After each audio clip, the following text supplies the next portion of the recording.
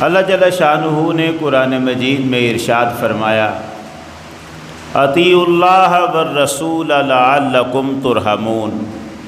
صدق اللہ العظیم۔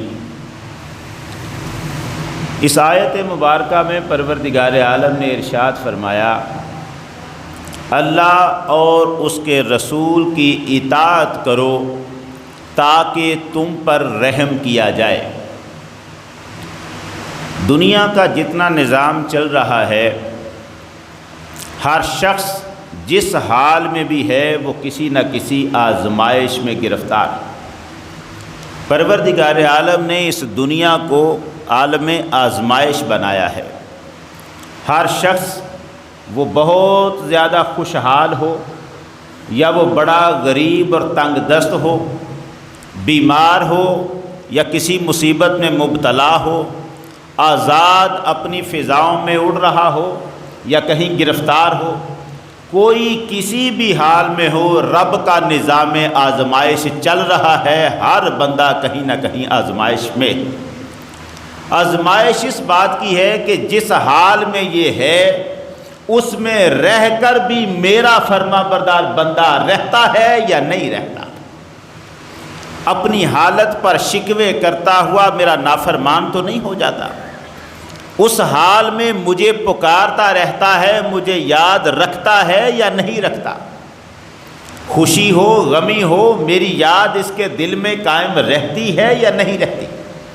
یہ وہ آزمائش ہے جس کے لیے پروردگار نے پوری دنیا کو اس نظام میں باندھ رکھا۔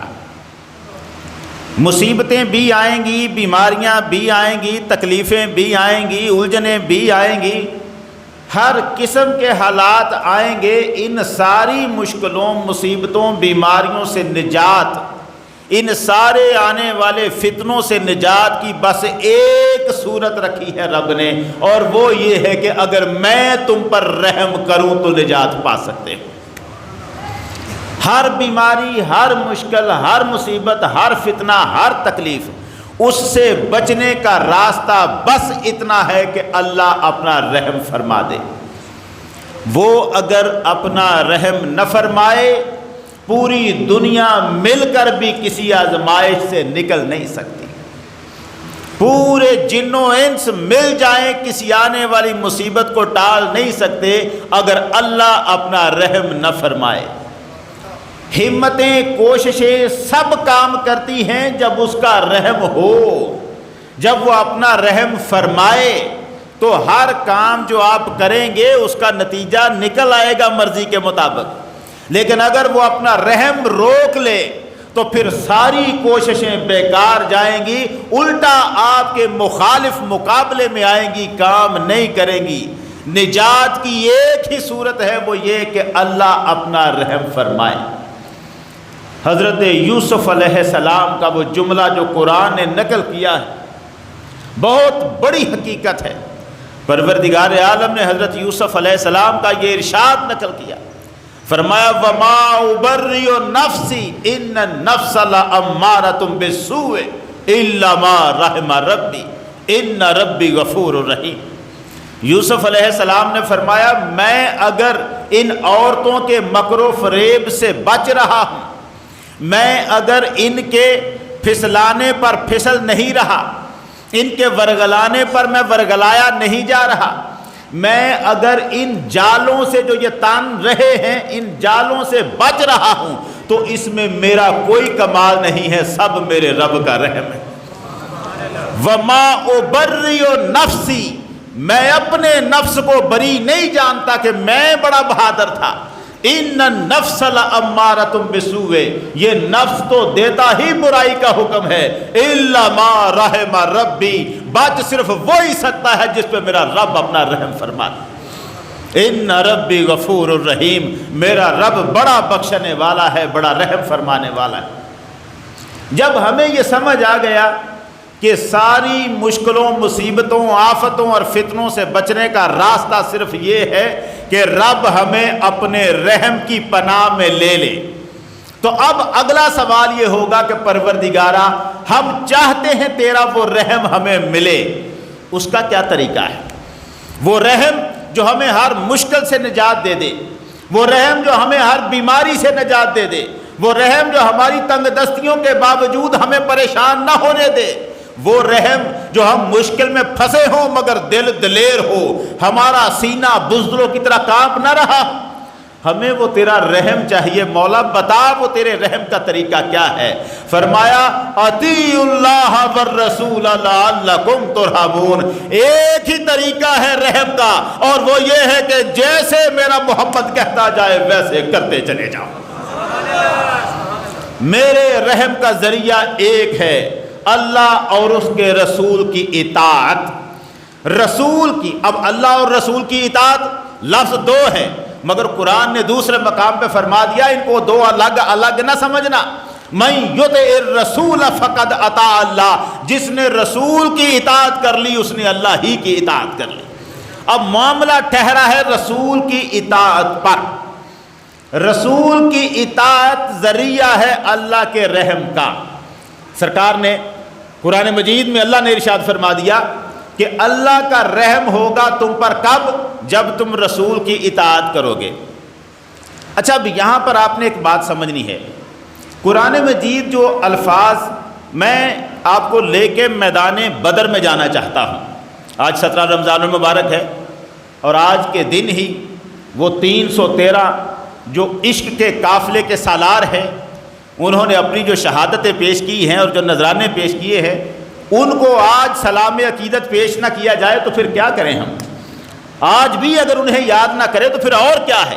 ان کو تو یاد کرنا ہی اللہ کی عبادت میں شامل ہے۔ اب میں عرض کرتا ہوں ادھر چلتے ہیں، مگر ایک بنیادی سی بات سمجھانا چاہتا ہوں پہلے۔ ہم عام طور پر ایک لفظ بولتے ہیں، ہمارے ہر بندے کی زبان پر ہے، اللہ کی رحمت کی امید رکھنی چاہیے، ہمیں اللہ سے نا امید نہیں ہونا چاہیے، ایسا ہم کہتے ہیں اللہ کی رحمت سے۔ اور ہر شخص یہی کہتا ہے جی میں اللہ کی رحمت کا امیدوار ہوں، ہر شخص امید رکھ کے بیٹھا ہے۔ سوال یہ ہے کہ ہم جتنے لوگ ہیں کیا اللہ کے ہاں بھی لکھے ہوئے ہیں کہ ہم اس کی رحمت کے امیدوار ہیں؟ ہم تو رکھ رہے ہیں امید، لیکن جب اللہ کہتا ہے نا میری رحمت کی امید رکھو، تو قرآن اپنے ہر فرمان کی ایک وضاحت دیتا ہے۔ ہم صرف اتنا ہی سمجھتے ہیں، ہم نے کہہ دیا، دل میں سوچ لیا یا اللہ تیری رحمت کی طلب رکھتا ہوں، امید رکھتا ہوں، بس کافی ہے۔ رب کہتا ہے میری رحمت کی امید رکھنے کا یہ مطلب نہیں ہے کہ تو بیٹھا رہے اور رحمت کی امید لگا کے بیٹھا رہے، یہ تو ایسے ہی ہے کرے کچھ نہ، اپنی جگہ بیٹھا رہے اور تو کہے کہ بس ٹھیک ہے رزق میرے پاس یہاں چل کے آئے گا، میرا منہ خود کھلوائے گا، ہاتھ خود آئے گا اور میرے منہ کے اندر نوالا ڈالا جائے گا، یہ رحمت ہے، یہ طریقہ نہیں ہوتا۔ سندھ کے بتایو فقیر نے جب یہ سنا تھا کہ بندے کے پیچھے رزق آتا ہے تو اس نے کہا میں آزماؤں گا اس بات کو، ایک جنگل میں ایک درخت پہ جا کے بیٹھ گیا، دیکھتا ہوں میرے پیچھے رزق کیسے آتا ہے۔ یہ بتایو فقیر سندھ میں ایسے ہی مشہور ہے جیسے ہمارے ہاں داتا علی حجویری مشہور ہے، یعنی سندھیوں کے ہاں یہ اتنا بڑا نام۔ بتایو فقیر درخت پہ بیٹھا ہے، دن ڈلنے کے قریب آ گیا، بھوک تیز ہو گئی، زور پکڑ گئی، شدت پکڑ گئی، کوئی مسافر چلتا ہوا یہاں آیا، اس درخت کے نیچے بیٹھا۔ اب بتایو فقیر بیٹھا ہے کہ رزق نے میرے پیچھے آنا ہے، میں نے کہیں نہیں جانا نہ کچھ کرنا ہے۔ ایک مسافر آتا ہے، بیٹھا اپنا، اس نے برتن کھولا، پونا کھولا، کپڑا جو باندھا ہوا تھا گٹھڑی کھولی، روٹی نکالی، درخت پر بیٹھے ہوئے بتایو فقیر نے روٹی کا نظارہ دیکھا، بھوک نے اور زور پکڑ لیا، لیکن طے کیا ہوا تھا کرنا کچھ نہیں، رزق خود میرے پاس آئے، کیونکہ رزق پیچھا کرتا ہے۔ اب یہ طے کیا تھا اس لیے ہلا نہیں، روٹی کو وہ کھانا شروع کر گیا بندہ، اب یہ روٹی کو کھاتے ہوئے دیکھ رہا ہے، جوں دیکھ رہا ہے بھوک بڑھتی جا رہی ہے، سوچ آئی کہ یہ روٹی جو سارے دن کے بعد اب آئی ہے یہ بھی ختم ہو گئی تو پھر پتہ نہیں آئے کہ نہ آئے، ابھی تک تو میں ہمت کر کے بیٹھا ہوا تھا، زور پکڑ گئی ہے بھوک، رزق آیا تو ہے مگر جا بھی رہا ہے، یہ کھا رہا ہے، کھاتے کھاتے ختم ہو گئی، پھر کیا کروں گا؟ اسے بتانا چاہیے، نیچے بیٹھے ہوئے شخص کو بتانا چاہیے کہ میں اوپر بیٹھا ہوا ہوں، اسے پتا چلے اتنا تو مجھے کرنا چاہیے۔ اب یہ سوچ کر بتایو فقیر درخت کے اوپر سے کھانسا، جس وقت وہ کھانسا نیچے بیٹھے بندے نے اوپر دیکھا، اس نے دیکھا ایک بندہ بیٹھا، اس نے اشارہ کیا آ بھائی کھانا کھا۔ بتائے فقیر نیچے اتر آیا، بھوک لگی ہوئی تھی زوروں سے، اس نے ساتھ بیٹھ کے کھانا کھایا، پیٹ بھرا۔ اس مسافر نے پوچھا تو یہاں کیا کر رہا ہے؟ جنگل میں درخت کے اوپر بیٹھا ہوا ہے، یہاں کیا کر رہا ہے، کیوں بیٹھے ہو؟ اس نے کہا کسی نے کہا تھا کہ رزق بندے کے پیچھے آتا ہے، میں یہاں بیٹھا تھا آزمانے کے لیے کہ میرے پیچھے آتا ہے کہ نہیں آتا۔ اس نے کہا پھر آیا تمہارے پیچھے؟ کہنے لگا آتا تو ہے مگر کھانسنا پڑتا ہے اس کے لیے، اگر کھانسی نہ کی جائے تو رزق آیا ہوا بھی چلا جاتا ہے، کچھ نہ کچھ بندے کو کرنا پڑتا ہے تو پھر جا کے رزق اس کے اندر اترتا ہے۔ یہ ایسا طریقہ ہے کہ رحمت اللہ کی کو پانے کے لیے ہمیں کچھ کرنا پڑتا ہے، حاصل کرنا پڑتا ہے۔ اللہ قرآن میں یہ فرماتا ہے کہ خالی تم بیٹھے رہو اور میری رحمت کا انتظار کرتے رہو، ایسے رحمت نہیں آئے گی۔ الذین آمنوا وہاجروا وجاہدوا فی سبیلہ اولئک یرجون رحمت اللہ۔ اللہ کہتا ہے جو لوگ ایمان لائے، میری خاطر ہجرت کی اور میرے راستے میں مجاہدے کرتے رہے، یہ ہے جو میری رحمت کے امیدوار بن کے بیٹھے ہوئے ہیں، جنہوں نے میرے لیے اپنا گھر بار چھوڑا ہے، اپنی لذتیں چھوڑی ہیں، خواہشیں چھوڑی ہیں، میرے راہ میں مجاہدے کر رہے ہیں۔ میں بس ان کو مانتا ہوں کہ یہ میری رحمت کے امیدوار ہیں۔ جو میرے راہ میں نکلا ہی نہیں، گھر بیٹھ کر میری رحمت کی امیدیں لگا کے بیٹھا ہے، وہ میری رحمت کا امیدوار نہیں۔ اسی طرح قرآن مجید نے ہمیں قیامت کے دن پر ایمان رکھنے کی بات کہی۔ ہم سارے مانتے ہیں ہاں قیامت آنی ہے، قیامت کا دن ہے، لیکن پروردگار فرماتا ہے یہ جو قیامت پر ایمان ہے زبان سے کہنے کا نام نہیں۔ ارأیت الذی یکذب بالدین فذلک الذی یدعو الیتیم ولا یحض علی طعام المسکین۔ کیا تو نے ایسے شخص کو دیکھا جو قیامت کے دن کو جٹلاتا ہے، مانتا ہی نہیں کہ قیامت آنی ہے؟ یہ کون ہے؟ فذلک الذی یدعو الیتیم، یہ وہ ہے جو یتیم کو دکے مارتا ہے۔ ولا یحض علی طعام المسکین، اور مسکین کو کھانا کھلانے کی رغبت نہیں دلاتا۔ رب کہتا ہے جو یتیم کو دکا مارے وہ لاکھ کہے کہ قیامت کو مانتا ہے، میرے دفتر میں میرے رجسٹر میں وہ قیامت کا منکر ہے، ماننے والا نہیں۔ اب آپ کو ان دو مثالوں سے بس ایک بات عرض کرنی تھی کہ جو حکم اللہ دیتا ہے اس کے ساتھ اس کی ایک وضاحت ہوتی ہے۔ جب وہ کہتا ہے میری رحمت سے نا امید نہ ہو تو مطلب ہوتا ہے مجاہدے کر، آ میرے راستے میں کوشش کر، آ میرے لیے ناپسندیدہ کاموں کو چھوڑ، میرے منع کیے ہوئے کاموں کو چھوڑ اور نیکی کے راستے پر چل، پھر اس کا مطلب ہوگا تو میری رحمت کا امیدوار ہے۔ پھر پروردگار نے یہ بات ارشاد فرما دی کہ اب یہ جو اطاعت کا معاملہ ہے، اطیعوا اللہ والرسول، اللہ اور اس کے رسول کی اطاعت کرو۔ جانتے ہیں ہم اطاعت کسے سمجھتے ہیں؟ ہم سمجھتے ہیں جب بھی لفظ آئے نا اطاعت کرنی ہے رسول کی، ہمارے ذہن میں آتا ہے نماز، روزہ اور زکوٰۃ۔ تین چیزوں کا نام ہم نے رکھا ہے اطاعت۔ قرآن مجید تو یہ وضاحت نہیں کرتا کہ اطاعت بس ان تین چیزوں کا نام ہے۔ قرآن تو یہ کہتا ہے کہ تمہاری زندگی میں تم کہیں پر ہو، تم غار میں پہنچے ہو یا بازار میں پہنچے ہو، اپنے گھر میں ہو یا در بدر ہو، کہیں پر بھی ہو، کسی جگہ پر بھی ہو، جو کام بھی تم کر رہے ہو، جس حال میں بھی تم ہو، محمد عربی کا حکم آ جائے تمہیں لبیک کہنا ہوگا۔ اگر تم لبیک نہیں کہتے محمد کے حکم پر، تم اطاعت مصطفیٰ کر ہی نہیں رہے۔ نعرہ تکبیر، نعرہ رسالت، شان عظمت مصطفیٰ، نعرہ حیدری۔ اطاعت نام نماز، روزے اور زکوٰۃ کا فقط نہیں ہے۔ رب کہتا ہے جہاں محمد عربی کا حکم آئے تمہارے زبانوں پر لبیک آئے، آگے بڑھو اور محمد کے حکم پر جان نثار کرو صلی اللہ علیہ وسلم۔ یہ صرف جان قربان کرنے کا معاملہ نہیں ہے، زندگی لگانے کا معاملہ ہے۔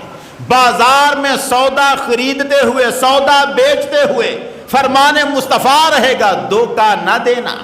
اب حکم سرکار پر لبیک کہنا ہوگا.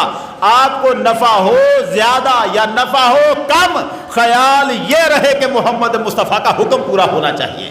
لبیک آپ نے ہر حکم پر کہا ہے. جب آپ سرکار کے ہر حکم پر لبیک کہیں، آپ اپنے گھر میں جھاڑو دیں اور کوڑا باہر نکال کے ہمسائے کے دروازے پہ پھینک دیں، آپ نے صفائی کر کے ایمان پورا نہیں کیا، بلکہ ہمسائے کو تنگ کر کے مصطفیٰ کریم کی ناراضگی کو اختیار کر لیا.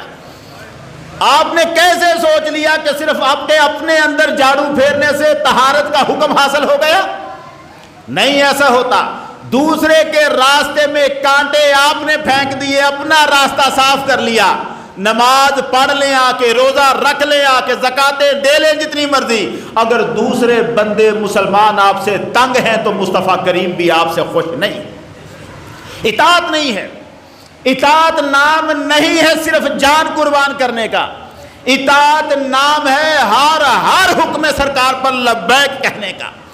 اپنی زبان سے ہی نہیں، اپنے عمل سے. حضور جو آپ کا حکم ہو میں حاضر ہوں. لبیک، جو آپ کا حکم ہو.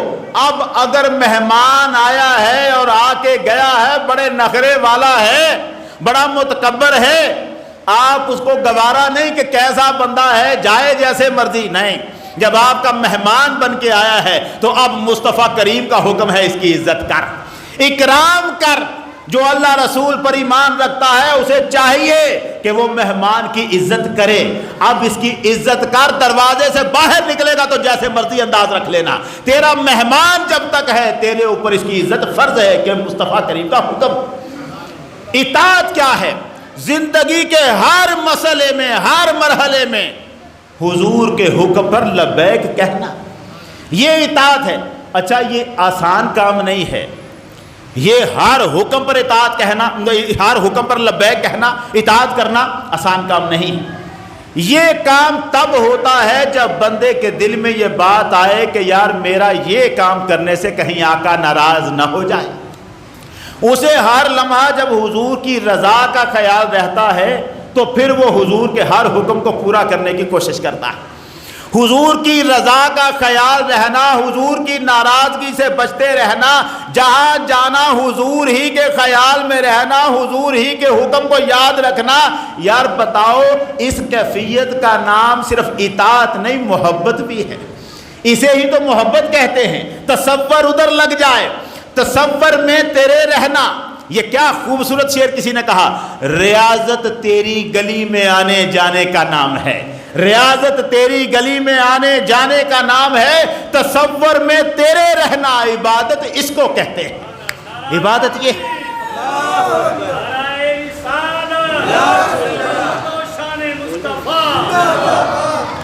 عبادت اس کو کہتے ہیں. بندہ جب ہر لمحہ اس خیال میں ہے کہ حضور کے حکم پر چل رہا ہوں کہ نہیں چل رہا، حضور کا خیال رکھ رہا ہوں، آپ کی ناراضگی تو نہیں مل رہی، جب سارا دن اس خیال میں گزارتا ہے وہ تو رہتا ہی حضور کے خیال میں ہے، وہ تو رہتا ہی تصور یار میں ہے، سرکار کے تصور میں رہتا ہے. اسی کیفیت کو اطاعت کہتے ہیں، اسی کو محبت کہتے ہیں، اسی کو وفا کہتے ہیں، اسی کو عشق مصطفیٰ کہتے ہیں. عشق کے لیے رب نے قرآن میں عشق کا لفظ استعمال نہیں کیا، رب تو اطاعت کا لفظ استعمال کرتا ہے.